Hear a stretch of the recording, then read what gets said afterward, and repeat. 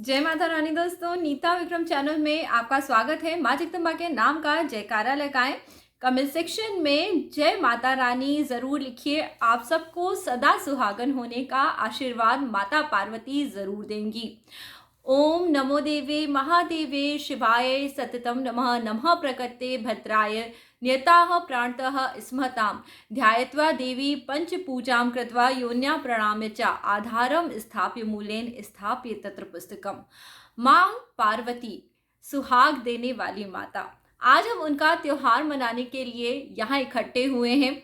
जैसा कि आप मेरे कपड़ों का रंग देख के समझ सकते हैं, आज मैं आपको बताने वाली हूँ हरियाली तीज के विषय में। बहुत सारे आपके सवाल और उन सभी सवालों के जवाब आज के वीडियो में आपको मिलने वाले हैं। सबसे पहले जान लेते हैं वर्ष 2021 में हरियाली तीज कब आने वाली है, कब हमें हरियाली तीज मनानी है। तीज की जो तिथि है वो 10 अगस्त शाम से शुरू होगी और अगले दिन 11 अगस्त शाम में 4 बजे के आसपास श्रावण शुक्ल पक्ष की तृतीया तिथि की समाप्ति होगी। तो दोस्तों, हिंदू सनातन धर्म के अनुसार जब भी हम अपने व्रत तीज त्योहार मनाते हैं तो हमेशा इसे सूर्य उदय की तिथि से लेते हैं। अब दोस्तों, आपको सुबह के समय 11 अगस्त 2021 की तारीख को हरियाली तीज का व्रत रखना है।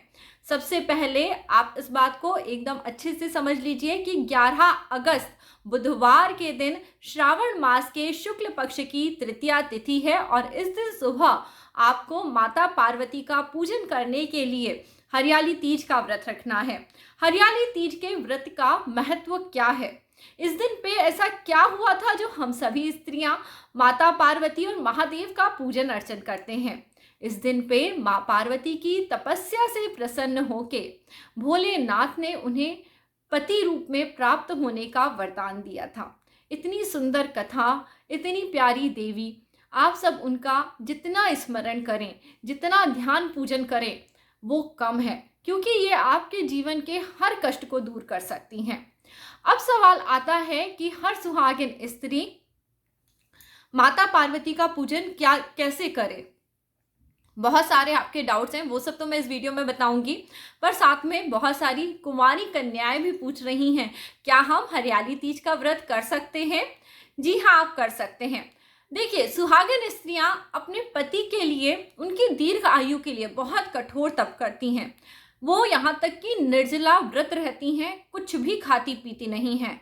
पर जो कंवारी स्त्रियां हैं वो थोड़ा फलहार लेके इस व्रत को कर सकती हैं। हरियाली तीज मनाने के लिए आप सबके मन में भगवान भोलेनाथ और माँ पार्वती के प्रति बहुत अधिक श्रद्धा होनी चाहिए, तभी आपको व्रत का संपूर्ण फल प्राप्त होगा।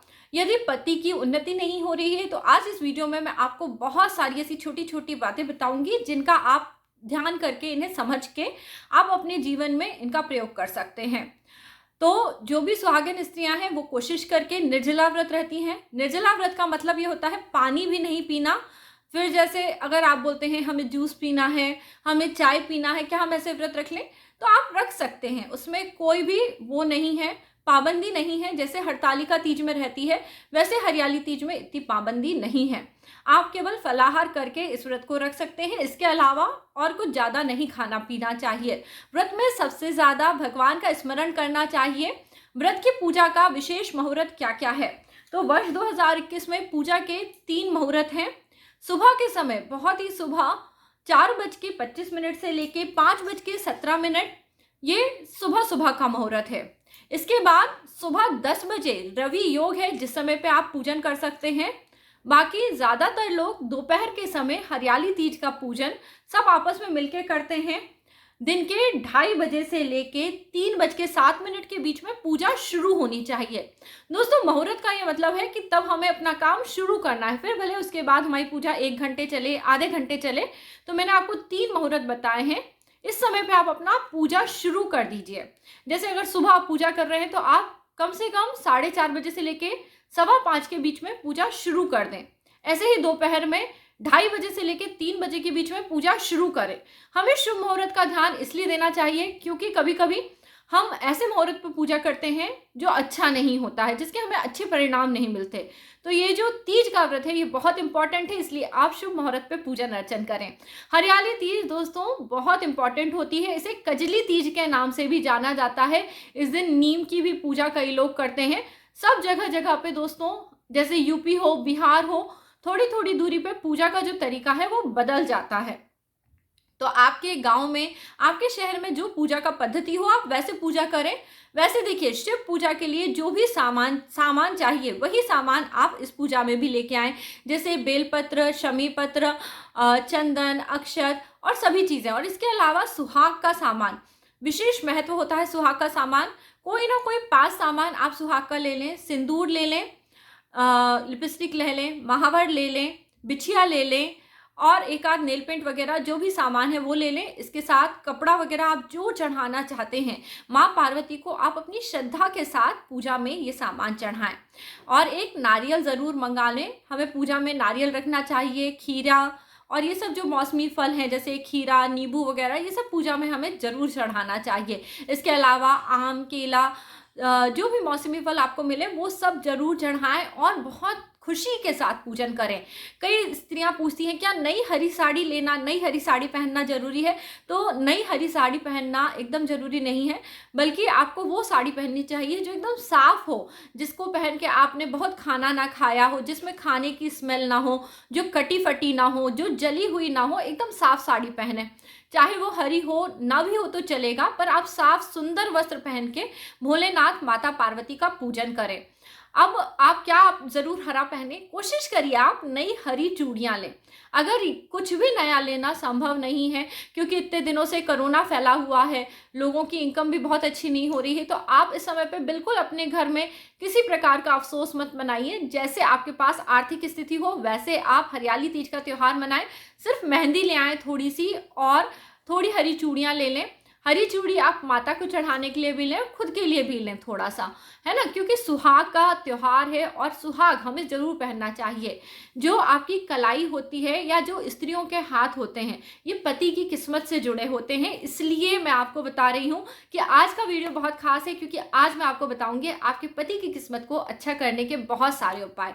तो आप हरी चूड़ियाँ अपने हाथ में पहने, इससे आपके पतिदेव की किस्मत भी अच्छी होगी और उनको तरक्की भी मिलेगी। इसके अलावा आप सभी तैयारी कर लें। और व्रत करने के लिए इसके अलावा हमें किन किन बातों का ध्यान रखना है। हमें शिव पार्वती की मिट्टी से बनी हुई मूर्ति लेके आनी होती है। यदि कुशा, जिसे हम दर्भ बोलते हैं, वो भी मिल जाए तो बहुत अच्छा है। और हमें इस दिन सबसे पहले हमें गणपति जी का पूजन करना होता है। देखिए, कोई भी पूजा हो, कोई भी हम अनुष्ठान करें, पर वो हम गणपति जी की पूजा से ही शुरू करते हैं। और जब शिव परिवार का पूजन होता है तो ये बहुत खास हो जाता है कि हम अपनी पूजा गणपति जी की पूजा से ही शुरू करें।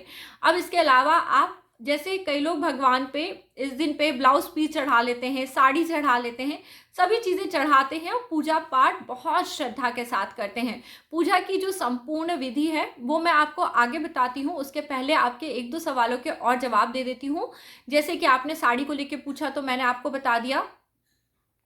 इसके अलावा अब जैसे जो सुहाग का सामान है उसका आप लोग बहुत बार सवाल करते हैं, सुहाग का सामान किसे दें? सास अब अकेली हैं तो क्या सास को दे सकते हैं? देखिए, अब जो अकेली हैं तो वो इसका प्रयोग नहीं करेंगी तो आप उन्हें मत दीजिए। अगर कोई जेठानी हो तो जेठानी को दे दें।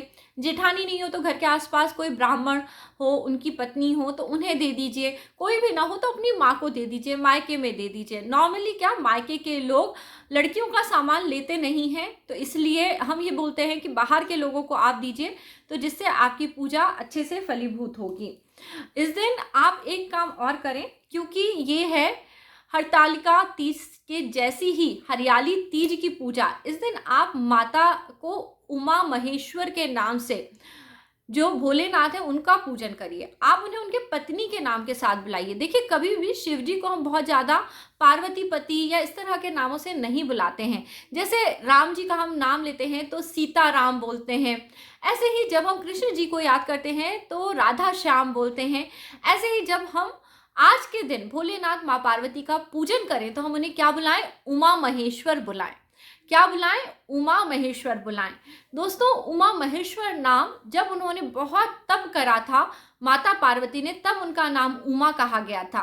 और महेश्वर यानी भोलेनाथ शिव शंभू हैं, तो आज के दिन आप उनको इस तरह से याद जरूर करें। स्त्रियां इस दिन पे बाल जरूर धो सकती हैं। तीज की तिथि माँ गौरा की तिथि होती है। पूरे साल भर में 4 तीज आती हैं, जैसे कि अक्षय तीज, ये छोटी तीज, बड़ी तीज और हरियाली तीज। इस प्रकार से दोस्तों पूरे साल भर में 4 तीज आती हैं। कई लोग हमसे ये पूछते हैं कि हम क्या सारी तीजों के व्रत रखने जरूरी होते हैं? तो यहाँ पे मैं ये बोलूंगी, कई लोग जैसे हरियाली तीज को सुहाग की तीज मानते हैं और इस दिन पूजा पाठ कर लेते हैं, फिर वो हरतालिका तीज का व्रत नहीं रखते, क्योंकि ये उनके ससुराल में यही नियम था, इसलिए वो इसको मानते हैं। कोई बुराई नहीं है। और कई लोग पूरी के पूरे सारी तीज के व्रत रखते हैं, उसमें भी कोई बुराई नहीं है। ये सिर्फ आप अपनी खुशी के लिए और माँ पार्वती की प्रसन्नता के लिए पूजन कर रहे हैं। तो इसमें ये सोचना कि मैं 1 तीज करूं या 2 करूं, ऐसा नहीं सोचना चाहिए। जितनी भी तीज आती हैं आप सारी भी कर सकती हैं, या फिर आप अपने ससुराल के नियम के हिसाब से मानती हैं तो आप वैसा भी कर सकती हैं। देखिए, कोई भी व्रत मैं यही बोलती हूँ, एक बार शुरू करें तो उसके बाद आप उसको बार बार हर बार नियम से करें। नियम मत छोड़िए। ये नहीं कि आज मैंने पहली बार हरियाली तीज रख लिया, फिर अगले साल मैं सोचूं कि मैं हरतालिका तीज रख लूं। ऐसा मत करिए। एक व्रत के लिए श्रद्धा रखिए, क्योंकि जब आप कोई भी व्रत लगातार 12 साल या 14 साल करते हैं तब वो व्रत सिद्ध होता है, तब वो आपके हर कष्ट को दूर करता है, क्योंकि माँ गौरी प्रसन्न हो जाती हैं। तो आप इसलिए अपने व्रत के प्रति श्रद्धा रखिए। मजाक मजाक में व्रत मत करिए। जो कुंवारी लड़कियां इस व्रत को कर रही हैं वो शादी के बाद भी नियमित तौर पे इस व्रत को करें। ऐसा संकल्प लेके भोलेनाथ माँ पार्वती के ऊपर श्रद्धा रखते हुए इस व्रत को करें।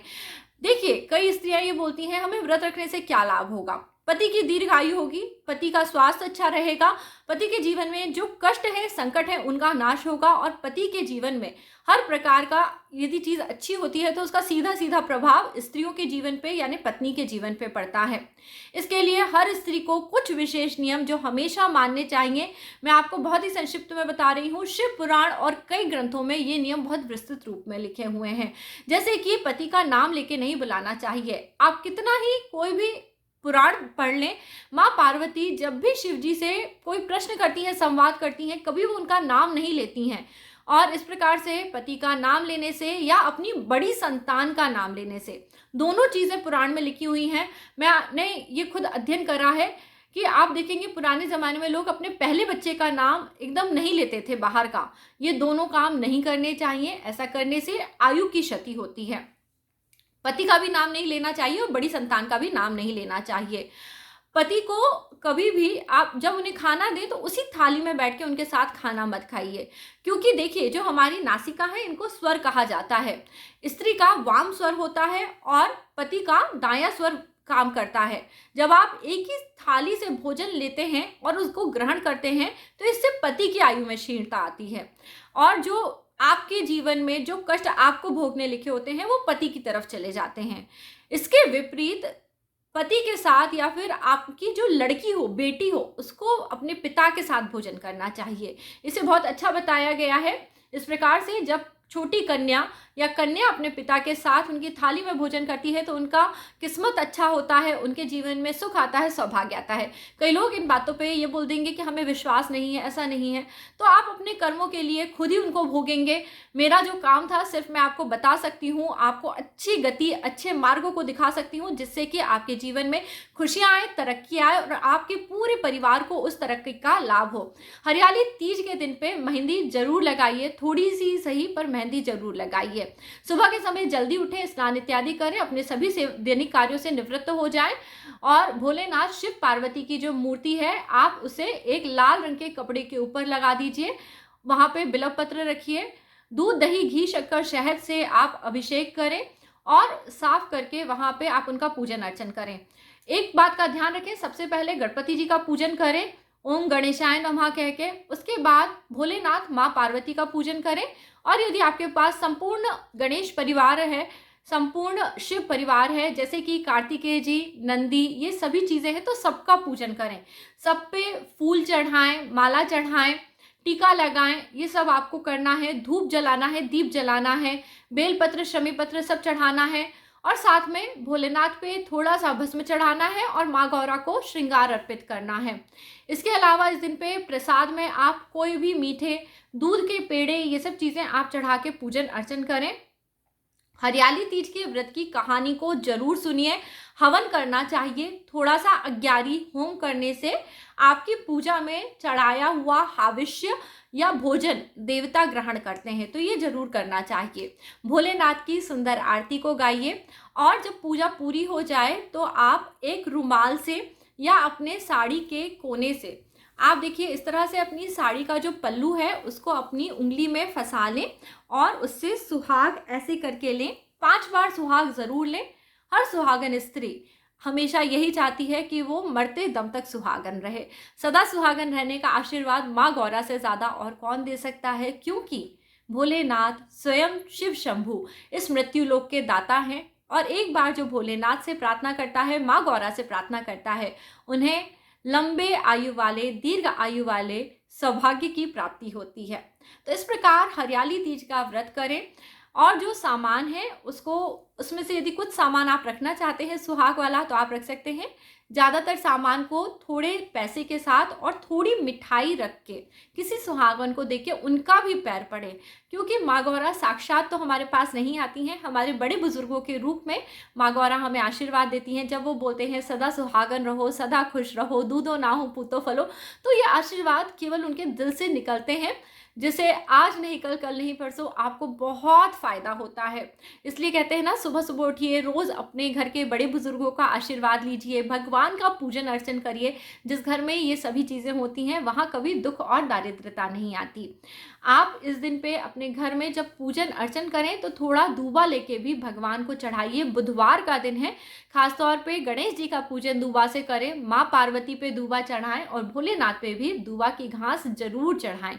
देखिएगा आपकी पूजा सफल होगी। जब पूजा कर लें तो एक काम और करें, भूल चूक के लिए माफ़ी मांगे, क्योंकि कई बार हमें नहीं पता होता हमारी कौन सी गलती हो गई। हम बहुत बड़ी पूजा करते हैं और पता नहीं, मन में कई बार विचार अच्छे नहीं होते, कुछ हम टेंशन में आ जाते हैं, तो इसलिए हमें पूजा के बाद माफ़ी जरूर मांगनी चाहिए। जो लोग स्त्रियां बहुत टेंशन लेती हैं उन्हें एक काम और करना चाहिए, मेहंदी का पैकेट जरूर सुहाग के सामान में रख के आप किसी सुहागन स्त्री को दें। मेहंदी आपके जीवन का टेंशन दूर करती है, आपके जीवन का दुख दूर करती है। तो मेहंदी हो सके तो महीने में एक बार जरूर लगाएं। हरियाली तीज की सभी नीता विक्रम परिवार की सभी महिलाओं को बहुत शुभकामना।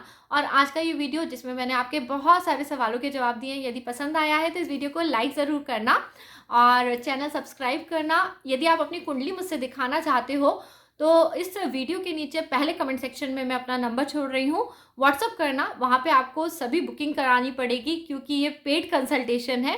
तो इस प्रकार से आप मुझसे जुड़ सकते हो। और आप में से जिन लोगों ने भी मुझसे कंसल्टेशन लिया है उनके बहुत अच्छे रिव्यूज़ आए हैं। धन्यवाद आप सबका, मुझे इतना प्यार करने के लिए, पसंद करने के लिए। वीडियोस अच्छे लगते रहते हैं आपको तो मुझे बहुत खुशी होती है, मेरा काम सफल हो जाता है और आपकी पूजा सफल होती है। जय माता रानी दोस्तों, अगला वीडियो लेके मैं जल्दी ही मिलूंगी, तब तक के लिए नमस्ते।